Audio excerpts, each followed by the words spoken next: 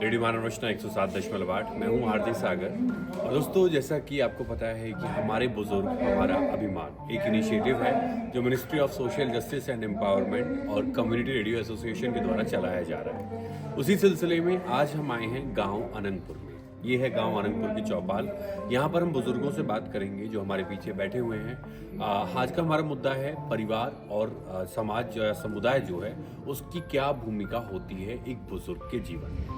इनसे बात करने की कोशिश करेंगे और जानने की कोशिश करेंगे कि इनके क्या विचार हैं, क्या सोचते हैं, क्या भूमिका है इनके जीवन में। तो चलिए शुरू करते हैं। आपकी उम्र कितनी है? मेरी 69 है।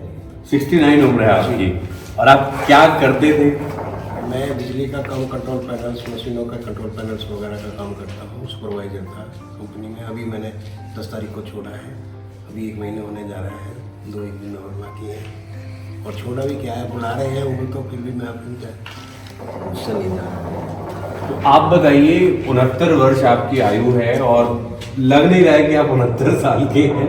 तो इसके पीछे का मैं रीजन भी जानना चाहूंगा।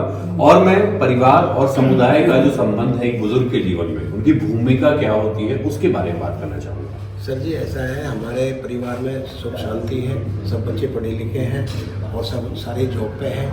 और बच्चों की तरफ से हमारे को कोई टेंशन नहीं है कि उनका भी स्वभाव अच्छा है। ना कोई वैसा है गलत सोसाइटी में नहीं है, कोई दारू वारू स्मोकिंग वगैरह डू नथिंग। तो इसलिए हम खुश हैं। और हमारे जो भी है विचार है समाज, हम जैसे भी बैठ जाते हैं अपने गांव के बुजुर्ग और समझदार लोगों के बीच में बैठते तो दुख सुख की सारी बातें हमारे को सुनने के लिए मिलती हैं। तो उसमें हमारे का मनोबल भी बढ़ता है। थोड़ा सा उनको वो हमें समझा देते हैं, हम उनको समझा देते हैं। हमारा मनोबल जो है एकदम फिट हो रह जाता है। और अगर मैं समुदाय के संबंध की बात करना चाहूँ, समुदाय से मेरा मतलब है कि आप लोगों की पंचायतें, चौपालें, जो बैठकें होती हैं, इनकी क्या भूमिका होती है? सर जी, ऐसा है, हमारी ये जो पंचायत जहाँ भी है, हमारी चौपाल होती है, ये हमारी सभी की होती है। और यहाँ पे हम लोग आकर के बैठ जाते हैं। कोई अच्छी सब बातें होती है अच्छी। और कोई भी बात होती है तो यहीं पे हमारी सब निबट जाती है। कोई लड़ाई झगड़े का बात होती है तो ज़्यादातर हमारा यहीं में निबट जाता है। और बाहर जाने की जरूरत नहीं पड़ती, जैसे प्रशासन वगैरह में जाने के लिए होता है तो वहाँ नहीं जा पाते, ज़्यादातर यहीं पे हो जाता है जी। और अगर मैं खान पान की बात करना चाहूँ, खान पान कैसा होता है? खान पीन का सर जी ऐसा है, हमारे यहाँ स्वास्थ्य वातावरण है। और हमारे यहाँ गाय भैंसों का सबका घरों में रहती हैं तो अपना स्वच्छ खाना है। दूध प्योर मिलता है, घी प्योर मिलता है, खाने पीने का सब ढंग से मिलता है। शहरों में क्या चाट पाट खाते हैं तो स्वास्थ्य इसलिए ठीक नहीं हो पाता है। हमारा स्वास्थ्य इसलिए ठीक होता है, हम व्यायाम भी कर लेते हैं, सब कुछ वर्जिश वगैरह करते हैं, घूमते फिरते भी हैं। खाने पीने के लिए हमारा सही मेंटेन है। तो दूध भी हमारे को घर का मिल रहा है, दही भी घर की मिल रही है। और जो भी है खाने पीने की सभी व्यवस्था अच्छी है। और अगर मैं यहाँ पर बात करना चाहूँ, कुछ ऐसे बुजुर्ग हैं जो अभी भी अकेलेपन से लड़ रहे हैं, डिप्रेशन में हैं, बीमार हैं, ऐसा है, लेकिन बात करने के लिए कोई नहीं। सर जी, ऐसा सिटी में तो देखो कोई बैठ करके राजी नहीं है, वो अपने घर में ही रहेगा। बाहर जाके किसके पास जाएगा? सिटी में आप ये पता नहीं है कि भाई ये कौन है कौन नहीं है, किसके पास जाएगा।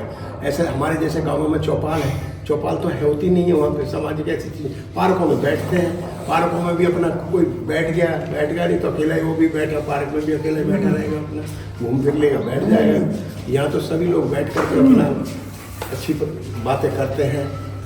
तो ये फर्क पड़ता है गांव और शहर का कि गांव में आपके पास चौपाल जैसी चीजें होती हैं, इकट्ठे बैठ जाते हैं जी सभी।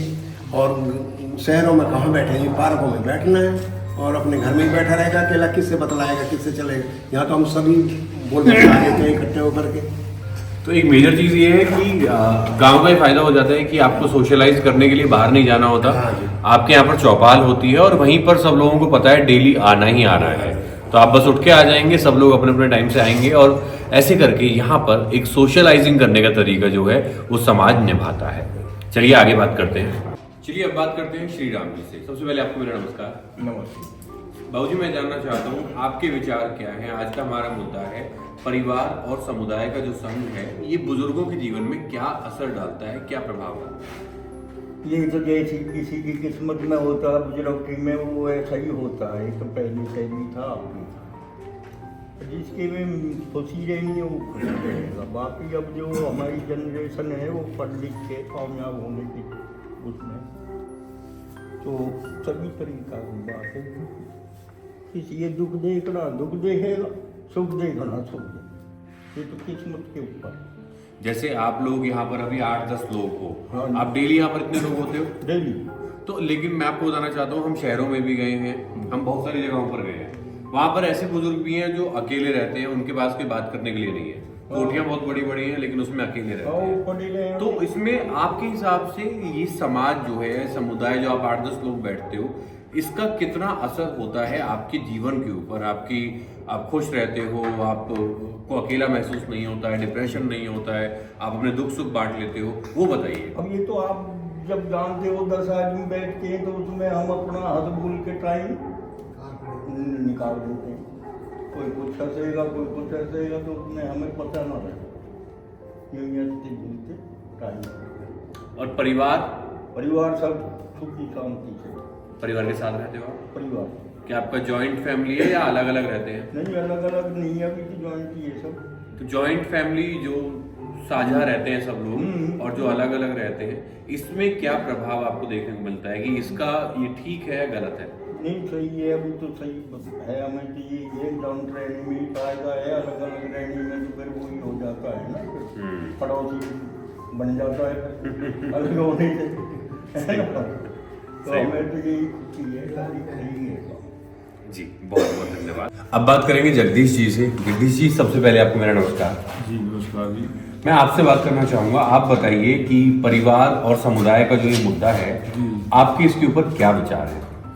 देखिए, जहाँ तक परिवार का है, परिवार में तो आदमी को बहुत सुख चैन मिलता है और ये ही हमारा परिवार फैलते फैलते समुदाय में चला जाता है, समाज में चला जाता है। तो ये तो समाज के लिए बहुत ही अच्छाई का काम है। जो अगर कोई लोग समाज से टूट के अलग रहने लगता है, वो अपने आप को बहुत मतलब मायूस समझते हैं। तो परिवार में रहने का तो बहुत मतलब काफ़ी फायदे हैं, क्योंकि कई दफ़ा आदमी टेंशन में होता है, डिप्रेशन में चला जाता है। वो सब चीज़ें परिवार में रहने के फायदे होते हैं कि वहाँ ये चीज़ नहीं होती। आप हम अपना दुख एक दूसरे से बयां करते रहते हैं, बांटते रहते हैं, तो एक दूसरे की मदद भी करते रहते हैं। तो ये सब चीज़ें समाज में रहने के लिए बहुत जरूरी है। जी, अगर मैं बात करना चाहूँ, पहले का टाइम कैसे हुआ करता था? आप क्योंकि इसी गांव में बड़े हुए हो, तो आपके हिसाब से पहले का समाज में और आपके समाज में क्या बदलाव है? नहीं, बहुत बदलाव है जी। अब जो जनरेशन आई है, जो पढ़ी लिखी जो जनरेशन है, वो ज़्यादा कानून का सहारा लेती है। मतलब हम जो पहले हमारे सारे काम समाज में होते थे, लेकिन आज कुछ लोग ऐसे, हमारी विचारधारा ऐसी होगी, कानून का सहारा लेंगे, तो जो कुछ भी हमारे आपस में कुछ विवाद होता है, वो कई लोग कानून की तरफ ज़्यादा भागते हैं। तो हम उस चीज़ के लिए मतलब रजामंद नहीं है कि कानून का सहारा लिए। एक सामाजिक कानून भी तो कोई चीज़ है ना जी, जो हमारा संविधान है वो तो अलग है ही है, लेकिन सामाजिक संविधान भी एक अलग है, उसमें भी हमें बाउंड होकर चलना पड़ता है। तो उससे अलग हटके तो फिर आदमी भटक ही जाता है।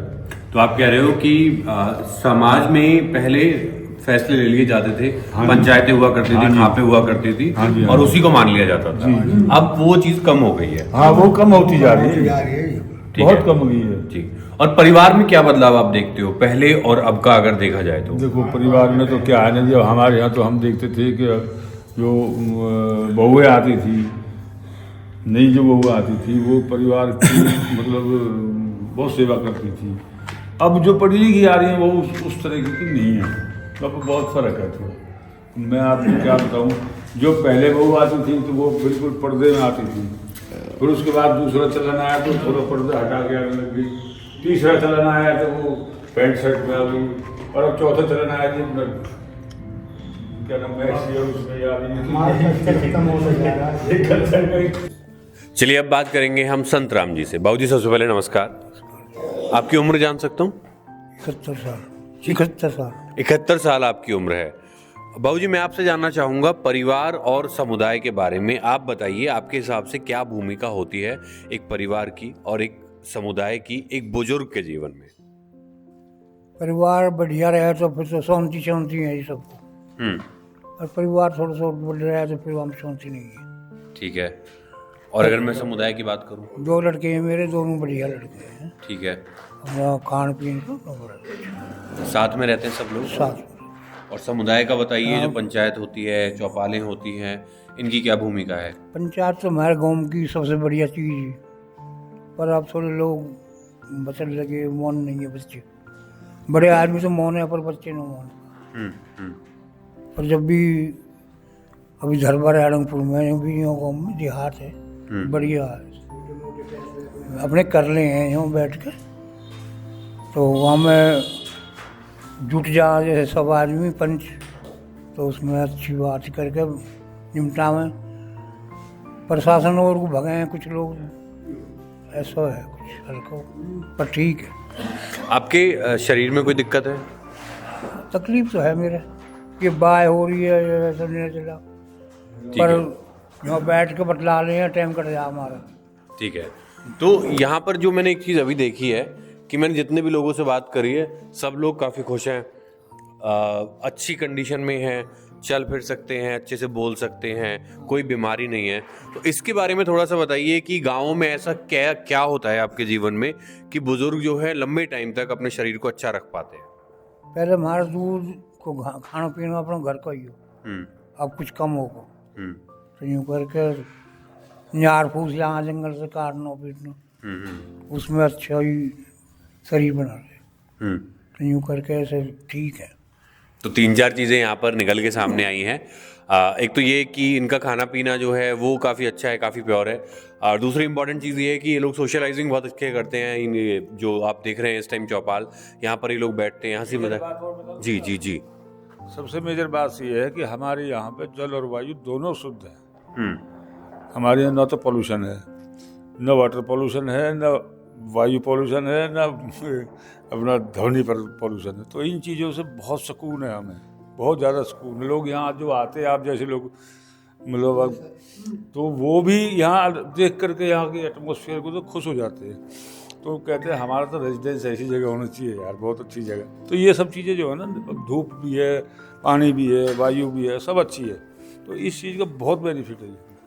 एक सबसे बड़ा योगदान ये है कि आप लोग डेली साथ बैठते हो, इसका बहुत असर पड़ता है, क्योंकि चाहे कितना ही पैसा हो लोगों के पास या कितनी सुविधाएं हो, अगर उनके पास बात करने के लिए लोग नहीं हैं, उनके दोस्त नहीं हैं जिनके साथ वो हंसी मजाक कर सके, सुख दुख की बात कर सके, तो वो अकेलेपन का शिकार हो ही जाते हैं। तो है जी, नेचुरल है वो, तो साइकोलॉजिकल आदमी अकेला रहेगा तो पता नहीं क्या क्या सोचता है और क्या क्या उसके दिमाग में घूमती रहती हैं बातें। लेकिन जब हम इकट्ठे लोग बैठते हैं तो वो सब भूल करके अपने हंसी मजाक में उसमें कन्वर्ट हो जाता है वो, और हम फिर उसको भूल जाते हैं, अपने दुख दर्द को भी।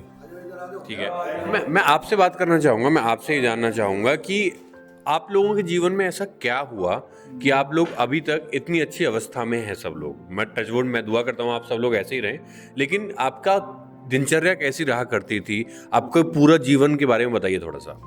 ऐसा है जी, ये हमारा एक छोटा सा गांव है और हमारे यहाँ कृषि भूमि बहुत थोड़ी है, लेकिन अपने खान पीने लायक हमारा इसी में पैदावार होती थी, जो कि हम फर्टिलाइजर भी नहीं डालते थे, हमारा देसी खाद से और देसी उसी से मतलब प्योर दूध मिलता था, प्योर हवा मिलती थी। तो प्योर दूध हम अपने घर में भैंस रखते हैं, गाय भी रखते हैं, तो हमें जंगल से भी जो जंगली पशु है ना जी, वो जंगल से चर के आते हैं, अपने नेचुरल उससे खा के आते हैं, तो वो दूध बहुत शुद्ध होता है, उसका हमें बहुत बेनिफिट है।